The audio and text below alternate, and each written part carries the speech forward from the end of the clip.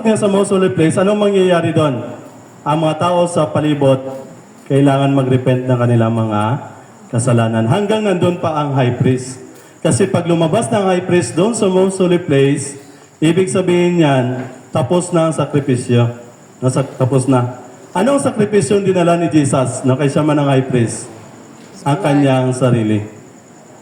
No? Yung tanda na buta sa kanyang mga kamay, hindi na yun mawawala.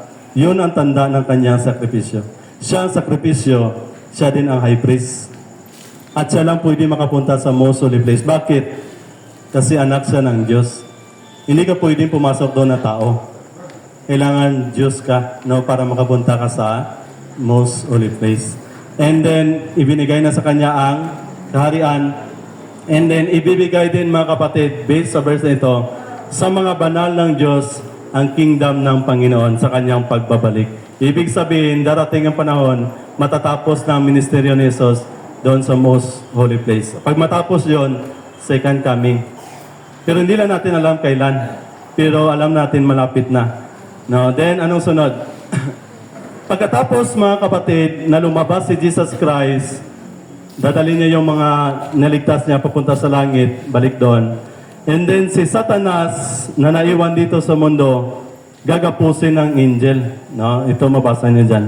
Gapusin siya ng angel. Iwan siya dito sa mundo for 1,000 years. No? 1,000 taon maiwan si Satanas dito sa mundo. Ano susunod? Inulog siya, meaning itong mundo ito, hindi na siya maka-access doon sa, hindi siya maka-access sa langit, dito lang siya manatili. Si Satanas. Anong sunod? Pagkatapos ng 1,000 taon, anong mangyayari? Bababa ang bagong Jerusalem galing sa langit. Yung kingdom na ibinigay kay Jesus. Bababa yon kasama si Jesus, kasama ang mga banal ng Panginoon. And then, anong mangyayari? Si Satanas ay mapapakawalan. Bababa man, nandito man Satanas maiwan for 1,000 years. Pero pagkatapos ng 1,000 years, lalabas ulit si Satanas. Bababa ang New Jerusalem. At yung mga masama, bubuhayin muli ng Panginoon. At aagawin nila ang bagong Jerusalem. Yun ang final na mangyayari mga kapatid. Anong mangyayari? Papaligiran nila ang kampo ng banal. Ano yon? Yung New Jerusalem. Papalibutan. Yun ang final away na mangyayari.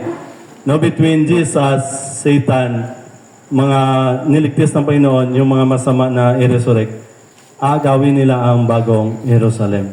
Pero mayroong aklat na mabubuksan mga kapatid, sabi ng Biblia, at yung aklat na yon nagasimbolo ng panoramic view na mga makasalanan na ni-resurrect, makita nila yung kanilang mga kasalanan. Bakit hindi sila naligtas? Ipakita